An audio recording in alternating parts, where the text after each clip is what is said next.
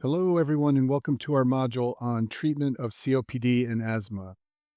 So let's start with this slide, which has an overview of the different groups of medications that are used to treat COPD and asthma. These first three classes here are really the mainstay traditional drugs used to treat COPD and asthma. There are short-acting bronchodilators and long-acting bronchodilators, and then there are corticosteroids, usually just called steroids, which suppress inflammation. We'll talk about all three of these groups of drugs in the next few slides.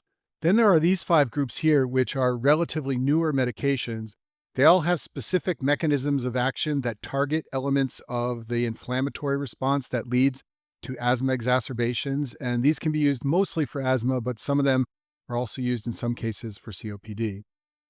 So we'll start by talking about the beta 2 agonist drugs. These are classic drugs used to treat many forms of obstructive lung disease, including COPD and asthma. The way these drugs work is that they activate beta 2 receptors, which are found on bronchiolar smooth muscle cells. When they bind these receptors, these drugs increase the activity of the enzyme adenylate cyclase, and this raises the amount of cyclic AMP inside the smooth muscle cells. This leads to a relaxation of bronchiolar smooth muscle, and as a result, the airways go from being relatively narrowed to being relatively dilated, and that improves airflow. Most of the beta 2 agonist drugs have names that end in terol. So there are short-acting beta-2 agonists. The classic drug in this group is albuterol. It can be given as a nebulizer, which is an inhaled mist, or as an inhaler, like shown in this picture here. And this short-acting form of beta-2 agonist is usually used during an acute attack where someone's COPD or asthma has suddenly gotten worse. In other words, PRN or as needed for an acute increase in symptoms. Then there are long-acting beta-2 agonists like salmeterol or formoterol. As we'll talk about later, these are often used in the long-term treatment of asthma, but they're never used alone as monotherapy for asthma. They're always used together with inhaled steroids. That's because of clinical trials. We'll talk about this later. And all of these beta 2 agonist drugs have very rare side effects. Usually, most of the effect is limited to the airways. If a lot of the drug is absorbed, it can become systemic, and that can activate beta 2 receptors throughout the body. This could cause things like a tremor or arrhythmias, but this is very, very rare. Next group of drugs are the muscarinic antagonists. So recall that the vagal nerve is the nerve that coordinates the parasympathetic stimulation to the lungs, and it can release acetylcholine onto smooth muscle cells in the bronchioles, and this can lead to bronchoconstriction. So the drugs that are muscarinic antagonists block muscarinic receptors on smooth muscle cells so that this bronchoconstriction doesn't occur. And this will usually lead to the airway dilating somewhat, and that will improve airflow. There are short-acting muscarinic antagonists like ipratropium. Most of the muscarinic antagonists have names that end in tropium. And then there are long-acting versions like tiotropium.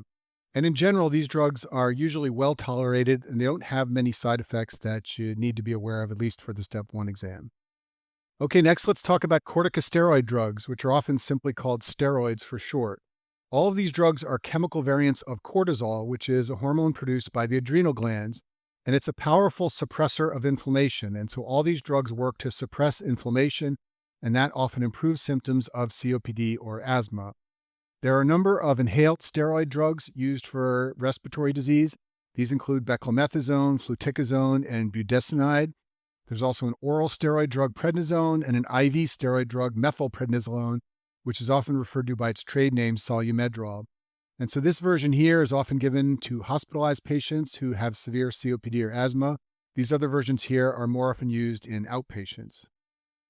So the mechanism by which steroids produce a benefit in patients with COPD and asthma is super complex and multifaceted. But on this slide, I've listed some of the key points that you want to be familiar with. So first of all, steroid drugs, when they're used for pulmonary disease, bind to glucocorticoid receptors. These receptors are found in the cytoplasm or in the nucleus, not on the cell surface.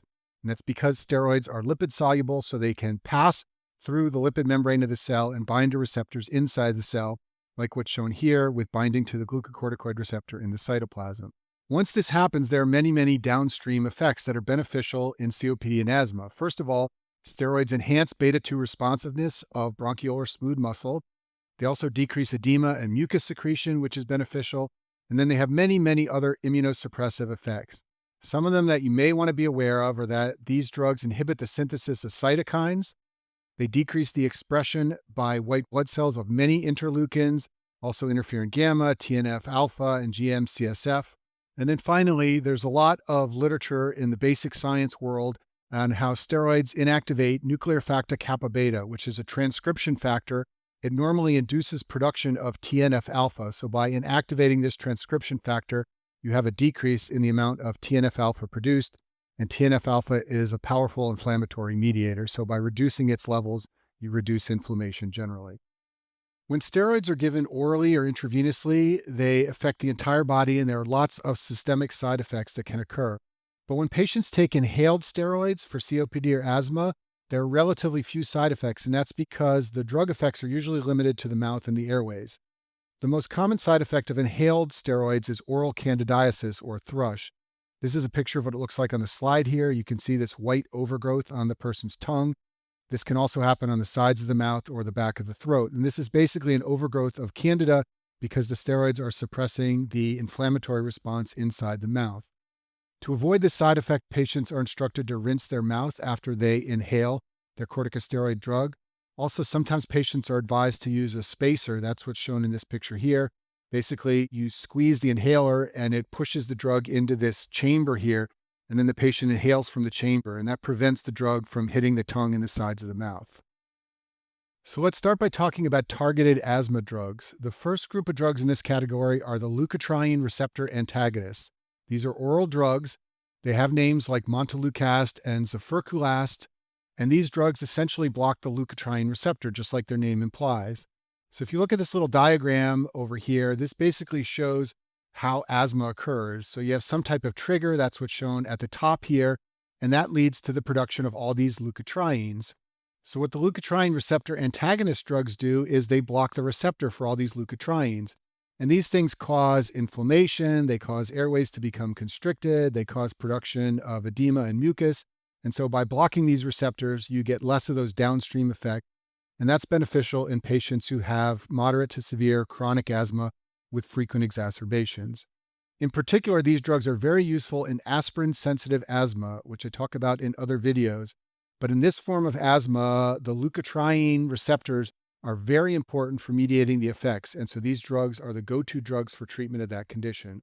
Another targeted asthma therapy is Xyloton, which is another oral drug. It inhibits this enzyme, 5' lipoxygenase, and this enzyme is what produces all these leukotrienes. So basically, it blocks the conversion of arachidonic acid, which is a substance found in cell membranes, into leukotrienes. It's another oral drug that can be given chronically to patients who have frequent asthma exacerbations. The thing to know about it in terms of adverse effects is that it has liver metabolism, and so it can increase the liver function tests, and it's avoided in patients who have advanced liver disease for this reason. Shown on this slide are some more targeted asthma drugs. These first three here are monoclonal antibodies given as a subcutaneous injection. Drugs that end in the word MAB are always monoclonal antibodies. That's what MAB stands for.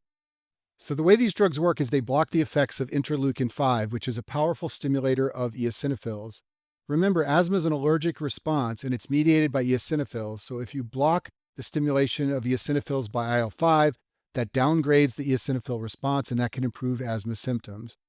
These first two here are anti-IL-5 monoclonal antibodies, so they bind to interleukin-5, and they prevent it from stimulating eosinophils. Benralizumab, this last one here, functions the same way, but through a unique mechanism. It's an anti-IL-5 alpha receptor antibody, so it blocks the IL-5 alpha receptor, but the result is the same. IL-5 is unable to stimulate eosinophils. Omalizumab is another antibody given as sub-Q injection. It's an IgG monoclonal antibody, but even though it's an IgG antibody, what it does is it inhibits IgE binding to the IgE receptor on mast cells and basophils. And as a result, mast cells and basophils, which are also mediators of the allergic reaction of asthma, do not become activated, and this improves asthma symptoms. And then finally, there's an older drug called cromolyn. It can be given as an inhaled drug or through a nebulizer. It's rarely used in the modern era. It inhibits mast cell degranulation. So when mast cells don't degranulate, they don't release histamines and leukotrienes, and this improves the inflammatory response that can lead to asthma symptoms. And so there are a lot of these targeted asthma drugs. It can be hard to keep them straight. This is my own little cartoon. This is the way I think of these asthma drugs. So remember that asthma begins as an allergic reaction to some antigen. And so if you can identify that antigen and avoid the trigger, that's one of the best ways to treat asthma. But then beyond this, when mast cells are activated by IgE, that can lead to degranulation, and omalizumab blocks this. Once the mast cells release all these inflammatory substances, you can try to block those effects with steroids, xylitron, or cromolyn. And then you've got leukotrienes, which are out here floating around causing bronchoconstriction. And you can try to block these effects with beta agonists, muscarinic antagonists, leukotriene receptor antagonist drugs like we talked about. And finally, sometimes theophylline can be used in asthma. This was rarely done anymore. We'll talk about theophylline in just a minute. It's a drug that can also be used to treat COPD. Compared to asthma, there are far fewer targeted drugs used to treat COPD. Mostly treating COPD involves bronchodilators and steroids, and we'll talk about this in a minute. But there are a couple of targeted drugs you should know, and I've listed them on this slide. The first one is roflumilast, which is an oral drug, and it inhibits phosphodiesterase 4. This enzyme inside of cells breaks down cyclic AMP, so when you inhibit this enzyme, what you get is a rise in cyclic AMP inside inflammatory cells, and this suppresses cytokine release. Exactly how this improves COPD is incompletely understood, but some of the things this drug does is inhibit lung infiltration with white cells. It may also relax airways, smooth muscle. And basically, this drug is used only in severe COPD. It's been tried in asthma, but it's been shown to have no effect, so it's not used in asthma. And then the last group of drugs we'll talk about in this video are the methylxanthines. These are drugs that are very old. They've been around for a long time. They're not used much anymore. They can be used in asthma, although they rarely are, and they also can be used in COPD, although even in COPD, these drugs aren't used much in the modern era. So the methylxanthines are a chemical class of drugs, and they have multiple complex mechanisms, some of which can be beneficial in pulmonary disease. The main drug of the methylxanthine class that is used clinically is theophylline. It's a historic medication. Decades ago, it was used much more commonly than it is now, but it's largely been replaced by bronchodilators and steroids and other drugs. The main benefit of theophylline is that it causes bronchodilation. It's incompletely understood how it does this, but it's probably through inhibiting phosphodiesterase, which is an enzyme that breaks down cyclic AMP. So just like we talked about in the last slide, you get a rise in cyclic AMP, and this is believed to lead to bronchodilation. But through whatever the mechanism, this can improve clinical features of COPD, and it used to be a mainstay of treatment, but now it's largely reserved for patients with severe disease. So the problem with theophylline back in the day when it was used frequently is that it has a narrow therapeutic index. So you have to measure the blood level of the drug, you have to titrate the dose. And the goal was to treat the patient with a titrated dose until you achieved a serum concentration of 10 to 20 micrograms per liter. Besides the narrow therapeutic index, another issue with theophylline is that it's metabolized by P450 enzymes in the liver, so there are lots of drug-drug interactions. In particular, if you give a patient another drug that inhibits P450 enzymes, the theophylline level can rise, and that can lead to toxicity, which we'll talk about in a minute. There are lots of drugs that are P450 inhibitors, but some of the important ones are antibiotics like ciprofloxacin, erythromycin, and clarithromycin. So in a patient who has COPD who's taking theophylline and then develops a lung infection and needs one of these antibiotics, that can be a problem because the serum level can get very high, and that can lead to toxicity. So what happens when the theophylline level gets too high? Well, the main thing that happens is GI toxicity. Patients get nausea, they can develop vomiting. There's also neurotoxicity, so patients can develop seizures. So the classic clinical features of an overdose scenario of theophylline or a patient who's on theophylline and takes a P450 inhibitor is that the patient will develop nausea and vomiting and potentially experience seizures. The other thing to know about theophylline is that it's potentially cardiotoxic. Specifically, it blocks adenosine receptors in the heart. And so adenosine receptors, when they're activated, slow down the heart rate. So when theophylline blocks these receptors, the heart rate goes up. And so if a patient overdoses on theophylline, they can get arrhythmias because the heart rate can get very high. Patients can go into atrial tachycardia and atrial flutter.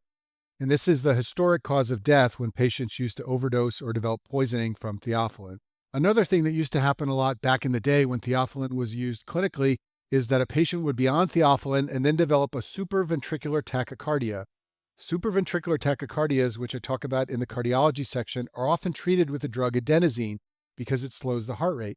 But if the patient was on theophylline and they developed an SVT, adenosine wouldn't work, and that's because theophylline was blocking those adenosine receptors. So you'll probably never see this happen in the modern era, but 50 years ago or so, when lots of patients were on theophylline, some of those patients would get an SVT and the adenosine wouldn't work, and the reason is because it blocks adenosine receptors. Okay, so now that we've gone through all the drugs that can be used in the treatment of asthma and COPD, let's talk about how you put those drugs together to treat an individual patient. And the first thing you have to appreciate is that both asthma and COPD are chronic conditions where patients often experience acute exacerbations. So, in just a minute, we'll talk about how you treat an acute exacerbation of either asthma or COPD using some of the drugs we've already discussed. And then beyond this, many patients need chronic therapy so that their breathing is more stable and that they are less likely to develop acute exacerbation. So, we'll also talk about how you select drugs for chronic therapy of asthma and COPD. First, let's talk about how you treat an acute exacerbation of asthma. These exacerbations are very common. If you do a rotation in an emergency room, especially a pediatric emergency room, you will frequently see patients who are having an acute exacerbation of their asthma where their breathing gets more difficult and their wheezing increases and they come into the emergency room. So, the first thing you do with these patients is they're usually placed on oxygen to make sure they have enough oxygenation of their blood. And then they're usually given nebulized albuterol. Remember that albuterol is a beta 2 agonist, and this will dilate the airways. Beyond this, IV or oral corticosteroids are usually used. So, some patients are prescribed prednisone, which is oral. Other patients, usually ones being admitted to the hospital, will be treated with methylprednisolone, which is an intravenous corticosteroid. And then rarely other drugs are used. We talked about ipratropium. It's a muscarinic antagonist. It's very rarely used in severe asthma exacerbations. And then intravenous magnesium sulfate also has some bronchodilatory effects. So in patients having a severe asthma exacerbation where they're not responding to these types of interventions, sometimes IV magnesium sulfate is given. Okay, so that's how we treat acute exacerbations of asthma. Now let's talk about how you select chronic therapy for a patient with asthma. And chronic therapy is based on the severity of the patient's asthma. And the severity is determined by asking the patient how many daytime symptoms they have, meaning how many episodes they have in the day of wheezing and shortness of breath, and also how many nighttime symptoms they have. Nighttime symptoms are very frequent in patients with asthma. And so, based on their daytime and nighttime symptoms, you can classify them as having either intermittent, mild persistent, moderate persistent, or severe asthma. And then once you've categorized them, you can choose therapy. There are 4 steps of therapy, and we'll talk about this in just a minute. Most of the patients you'll see in clinical practice have intermittent asthma, and I've written the definition of intermittent asthma down at the bottom of the slide here. And so this severity scale is much more important for step 2 and step 3, but you want to have seen it for your clinical rotations. I think they're less likely to ask you about such a clinical thing on step 1, but you definitely want to know that this system exists and that this is how chronic asthma therapy is selected. It's based on the patient's symptomatology. So once you determine the patient's asthma severity from the symptomatology on the last slide, then you can select therapy for that patient. And you should know that chronic asthma is treated in a stepwise manner. Basically, you start with one of the steps based on the patient's severity, and then you increase to the next step until the patient's symptoms are controlled. So for patients with intermittent asthma, which is one of the most common subtypes of asthma in terms of severity, they're treated down here with step 1. So they receive a low-dose inhaled corticosteroid combined with formoterol, which is a long-acting beta agonist. For patients who don't respond to this or patients who have more severe forms of asthma, you can go up to steps 2, 3, 4, 5, all the way up to step 6. All of these steps involve higher doses of inhaled corticosteroids, sometimes with the addition of a long-acting beta agonist. And at the highest step, step 6, you can even add oral steroids. And then as you're doing this, for patients who have persistent asthma, which are the patients who require steps 2 through step 6, you can add any of these targeted drugs. And this is somewhat of an art form. This is something you'll learn when you do clinical rotations in pediatrics or pulmonology. But what you basically want to know is just that this system exists and have some sense of how it works. It's very unlikely on step 1 they'll ask you to select a specific regimen for a patient. This is more of a step 2, step 3 thing. But you definitely don't want to start your rotations without being aware that this stepwise system works for the treatment of chronic asthma. It's based on the GINA initiative, which is the Global Strategy for Asthma Management and Prevention. This came out in 2021, and this is the way most people treat asthma in the modern era. Okay, now let's talk about COPD. So acute exacerbations of COPD are treated in a somewhat similar manner to acute exacerbations of asthma. Patients are given oxygen. They're given nebulized albuterol, often together with ipratropium. This is a drug called Combivent. So the albuterol, recall, is a beta 2 agonist, and ipratropium is a muscarinic antagonist, and this combination has been shown to be very effective in COPD, and it's often used for COPD. Beyond this, corticosteroids are often used just like they are in asthma. And then one special thing about COPD is that there have been clinical studies that have shown in patients who have a COPD exacerbation that is severe enough to require them to be hospitalized, they usually have some type of infection going on in the lungs. So antibiotics are often given even if the patient doesn't have clear evidence of pneumonia, such as an infiltrate on their x-ray or a fever. And then beyond this, when patients have COPD exacerbations, you always consider viral causes like influenza, or especially in the modern era, SARS or COVID. When you're selecting chronic therapy for patients with COPD, there is also a stepwise system that is used. But in contrast to asthma, it's not based on symptoms alone, it's based on the FEV1. Remember that patients who have COPD have a chronically reduced FEV1.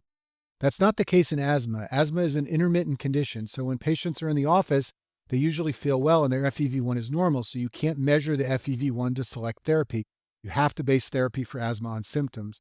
But in COPD, the FEV1 is always reduced, so you can measure it in the office and you can use it to determine therapy, and that's what's done.